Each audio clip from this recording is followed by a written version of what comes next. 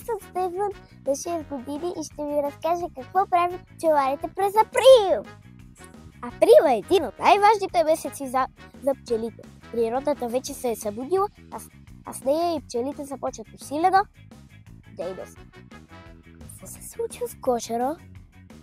Пчелата майка снася се повече яйца и семейството се разрасва.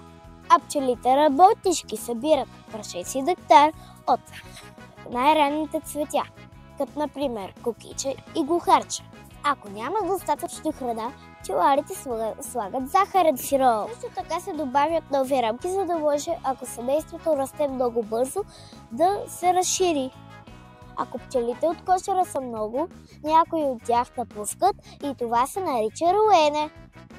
Знаете ли, че едно пчелно семейство може да събере над 3 кг нектар на ден, ако времето е благоприятно?